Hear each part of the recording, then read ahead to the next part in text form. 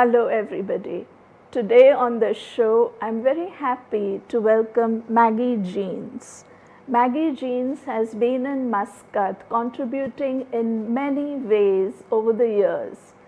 30 years plus in Muscat, she has been engaged in many projects. I'm very happy to welcome you here today, Maggie. Thank you for coming to the show. Thank you for your time. I would like to know, how was Muscat in 1990s when you arrived? Well, Muscat was a very different place to the Muscat we see today. First of all, it was a very difficult country to come into at that point because there was no vision of tourism. So actually just getting on a plane and coming here was quite a task because we had to get an NOC, and there was a big book at the airport and our names had to be in this book in order for us to board the flight. And when we arrived, of course, we arrived at the old airport, which you will probably also remember. The university in those days had not been going for very long. We came to set up the new medical school, the clinical part of the medical school. It had been running for 4 years. There were only 5 colleges. Now there are, I think, 8 colleges, and there were 5,000 students. Now there are 18,000 students. Yes, it has grown a lot. Considerably. Right. And yes. Of course, in terms of life, the style of life here, there were no shopping malls. There was one cinema in Rui, the Star Cinema. What did we do? How did we pass our weekends? What did we do in our free time? Well, we went camping. We went camp because many of the places you wanted to go to, like Jebel Sifa. And did you have to use a four-wheeler, or did you? We bought a four-wheel when we arrived. We were lucky. We got a four-wheel drive from somebody who was leaving. And we used to go in groups, and we'd take off down the coast, up the mountains, into the desert, and camp and explore the place. And we also went out by boat from the capital area yacht club, which was the only place you could keep a boat. So it was a very different sort of lifestyle. And in terms of shopping, we went to Mutra cold stores, which evolved into what nowadays we know as Alfair supermarkets, but there was only Mutra cold stores in those days. So I think what we did then in those days, which is missing now, we made our own entertainment. And so our social life was largely at the campus. We lived on the university campus, and as a group we had dinner with each other in the evening, and we used to entertain each other in different ways. We were an international group. It was a fantastic place to come into. It was very vibrant, and all people from all over the world, and it was just a very exciting time. Wonderful. And I can see your journey from, knowing Muscat with one cinema hall to the beautiful, absolutely royal Opera House. Absolutely. So you have seen the entire spectrum of development. If anyone had told me in those days that there would be an opera house in Muscat, I probably wouldn't have believed them, because there was so little going on in many ways, because the country was at an early stage of development. So I had the best job that anyone could ever have, because I was called the education officer in the College of Medicine, and my job was to coordinate the curriculum for the medical students, set up the advisory program, and just manage the students day to day. And the most exciting bit of work I did was the setting up of the overseas elective program to send all the students overseas for 3 months and raise all the money to send them. And the students came from all over Oman. The university was new. It was the only university in Oman, and it was just very interesting to be in a position of being able to help these students to move forward. And I'm still in touch with many of them, and now they're all doing. They've all got very interesting jobs around the country in different specialities. And you've actually seen them growing as well. You've seen them as teenagers, and now they're holding positions. So there's a nice bond going back. And my late husband came to set up the radiology department. That's why we came to Oman, and to help to set up the clinical program in the College of Medicine. That's why we came. And I have to say, I came reluctantly. I was very happy in Bristol. And I wasn't keen to make this move. Having made this move, I put down my roots, and I love Oman. You do, I know that for sure. Everywhere in the house we have beautiful artifacts from Oman and other places.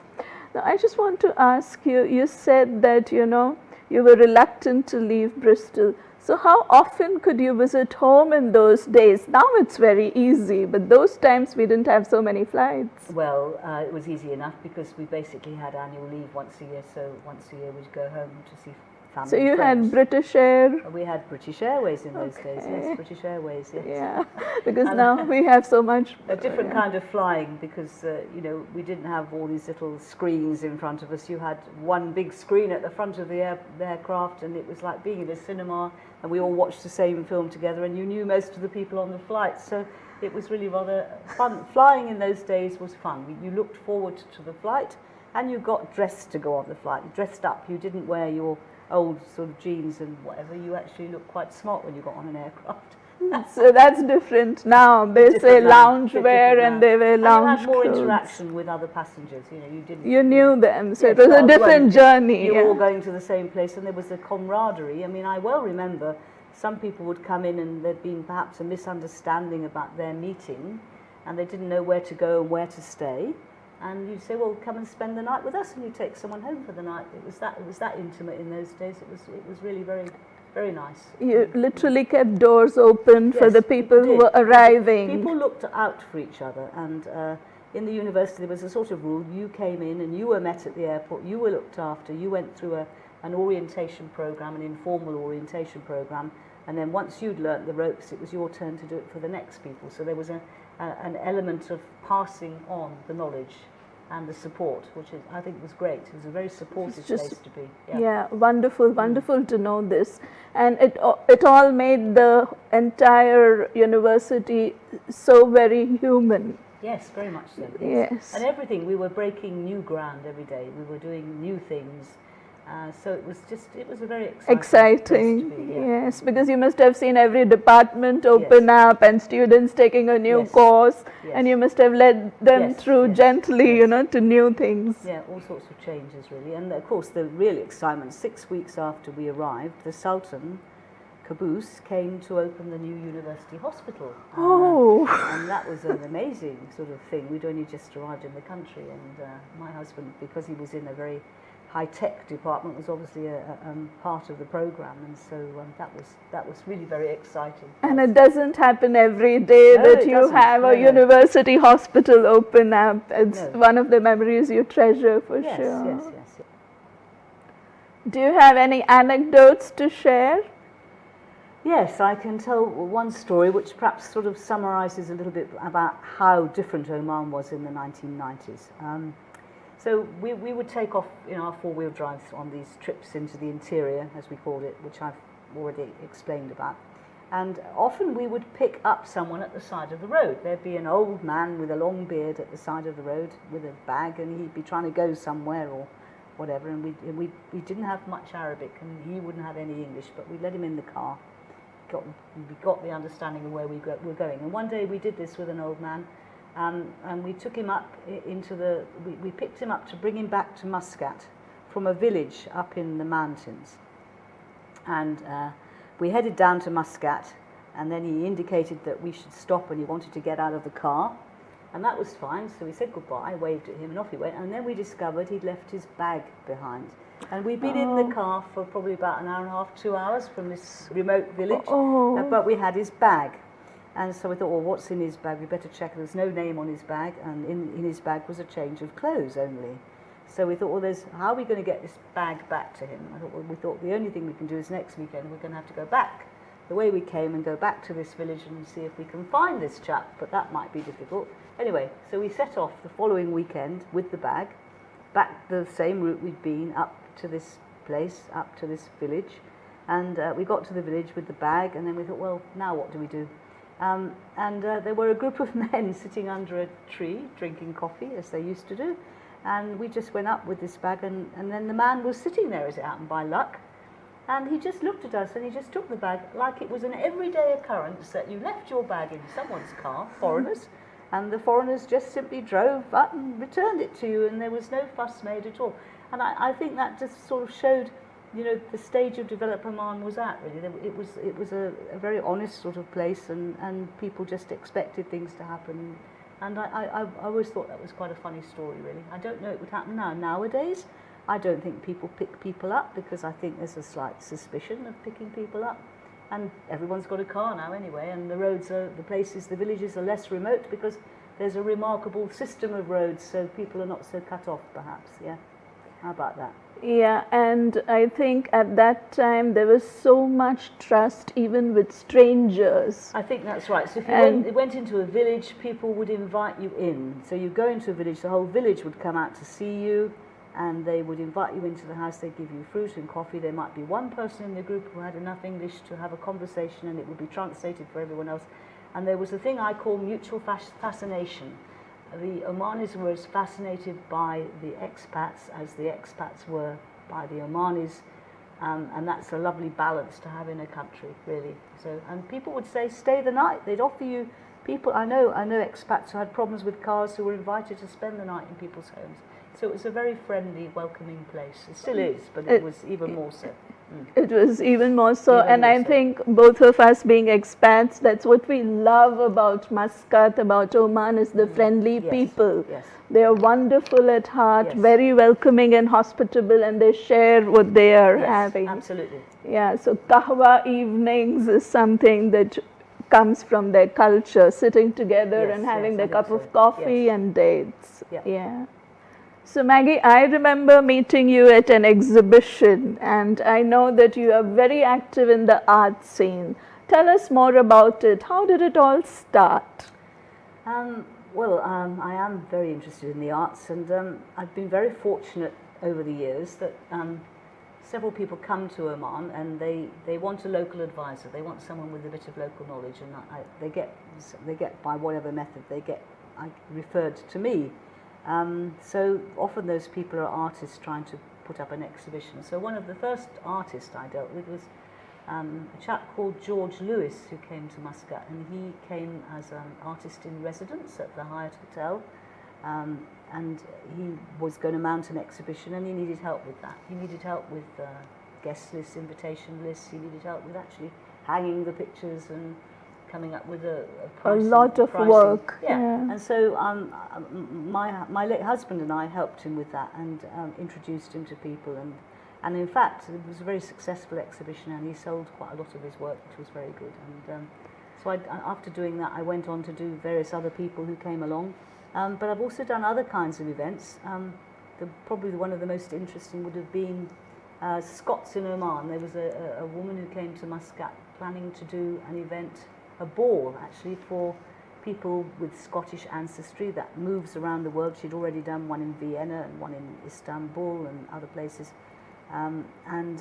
so she wanted to do one in Muscat, and she had notions of doing it in the desert, which of course was a bit of ambitious, and so that was a lot of work, and in fact we spent 1 year putting it together, and then for a particular reason it couldn't happen. We had to redo it the next year. But if you do that kind of work, every project leads to the next, and you become better at it because you pick up information and experience. Yes. Yeah. So you've probably seen every new art gallery open up. Can you tell us more about how art galleries mushroomed? Yes. Well, they did mushroom.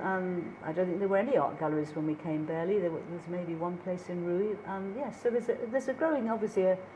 The whole place is dynamic, and that's one of the attractions of Oman. It is constantly changing for the better, and expanding in all sorts of ways. I mean, in the early days when we were here, we heard Rosso playing, and they were like a very good school orchestra in 1990, and now they're a full-fledged symphony orchestra who play with the major conductors, and we're now training opera singers in Oman. We've got the opera house, you've already mentioned that. We've got folk music. We've got 600 people who play Omanis who play the bagpipes in Oman. We've got, it's a rich country culturally. Oman is very rich culturally, I think. And a tremendous growth with a lot of support. In a short space. Now we have national museums and art galleries everywhere in Muscat, and they're very happening places. Yes. So I always say to people, if you've not been to Muscat, you should make a visit to Oman. It's a very different place to the other countries in the Gulf. Certainly. And the Opera House is a must visit when they're here. Yeah. and they have wonderful shows from all over the world. We've had some best opera performers here, Yeah. just unparalleled and beautiful in its architecture as well. One of my favorite moments is seeing the opera house in the moonlight. Yes, yes, It's yes. exquisitely beautiful. The pandemic brought a huge pause in our lives. Any such pause would have rattled anybody anywhere in the world. Maggie, tell us more about your experience in the pandemic. My experience in the pandemic, well, it was a very strange time for all of us. But I think it was an opportunity for reflection about where we're all going and what we do and how we spend our days. And it was quite good to have a change of pace in some ways. I think some people even enjoyed aspects of that period because we had lockdowns and we had curfews and normal sort of socializing was no longer there. And I guess, for some people it was a period of personal growth. And we're over it now, fortunately, hopefully. We're back to normal life. And I think there's I certainly have a greater appreciation of things I do now because having been without them, actually going back to gatherings, going back to the opera house, normal life is you appreciate it more. So I think that's been a plus. I think in life, we have to adjust to things. So prior to the pandemic in 2015, after a long illness at home, my husband, Bill Jeans, he died here in Oman. He's buried here in Oman, and that was for me a big change in my life. The year when he was unwell and at home, and then the time afterwards where I had to make a big adjustment to being in Oman on my own, not part of a couple. He died of a rare cancer, and he didn't die in pain, fortunately. He died quietly at home. And that showed me that this is a difficult thing to do in Oman, because here it's expected that if you're ill, you die in hospital. Why would you be at home? And yet, if you look around the world, most people hope perhaps to die at home, surrounded by their family and friends. Why would you want to die in a clinical setting with strangers? And of course, during the pandemic, we had a terrible situation going on where people were dying always in hospital, away from family and friends. Yes. No chance for family to say goodbye even. And no normal funerals. The funeral practice changed. So after my husband died, I decided to try and address this problem, and I started a palliative care group in Oman, going back to those students that I worked with all those years ago. Decades ago. Yeah. That's right. So that was good. And I was lucky because we had a friend at Imperial College London who knew my husband, and he felt the need for Oman to move on in this way. And so he used to come out to Oman, and we had meetings with the Ministry of Health. We had enormous support from the minister himself, who said, yes, this is the next thing we need to do in this country. We've covered pretty much all other bases, but we need to look at palliative care, and we need to look at what we do about dying in this country. In that dying at home is a kind of suspicious circumstance.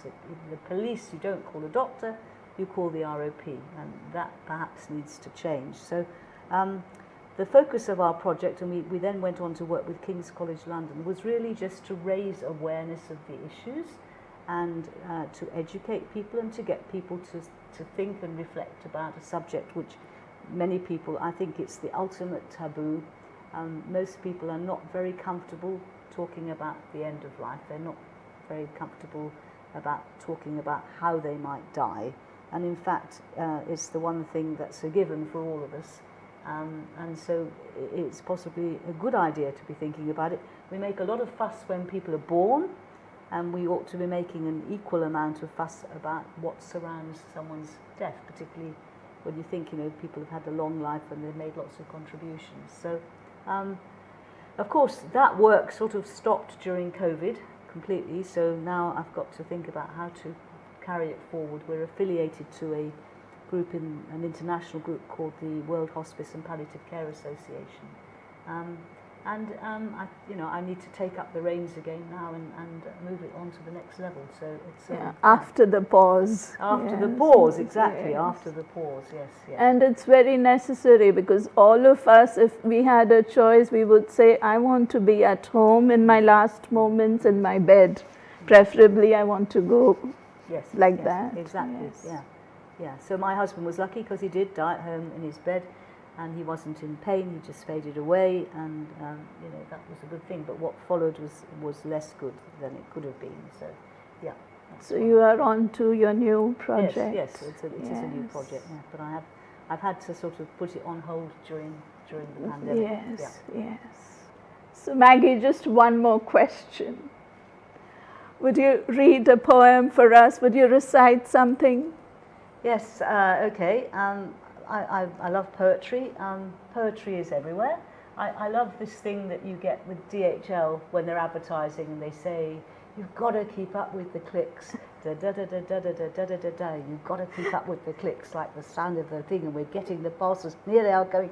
Wonderful stuff. So I'm going to read you something which is a bit of nonsense written by Lewis Carroll on Alice in Wonderland. Jabberwocky, very well known. I don't know whether I can do it justice. 'Twas Brillag and the slivy toves did gyre and gumble in the wave, all mimsy were the borogoves, and the mom wraith outgrabe. Beware the Jabberwock, my son, the jaws that bite, the claws that catch, beware the jujube bird and shun the famous Bandersnatch. He took his vorpal sword in hand, long time the Maxon foe he sought, so tested he by the tum-tum tree, and stood a while in thought. And as an uffish thought he stood, the Jabberwock with eyes of flame came whiffling through the tulgey wood, and burbled as it came. 1, 2, 1, 2, and through the vorpal blade went snicker-snack. He left it dead, and with his head he went galumphing back. And hast thou slain the Jabberwock? Come to my arms, my beamish boy. Oh, frabjous joy! Callooh, Calais, he chortled in his joy. 'Twas Brillag and the slivy toves did gyre and gimble in the wave, all mimsy were the borogoves, and the mom wraith outgrabe. Now you can make what you like of that because it's open to interpretation. But the sounds are the interesting thing. It's like music. It's sounds. It's got rhythm and it's got rhythm. It's got wonderful words. Words we now use. Galumphing, meaning galumphing is a lovely word. You can imagine something galumphing, a heavy rhino galumphing through the forest.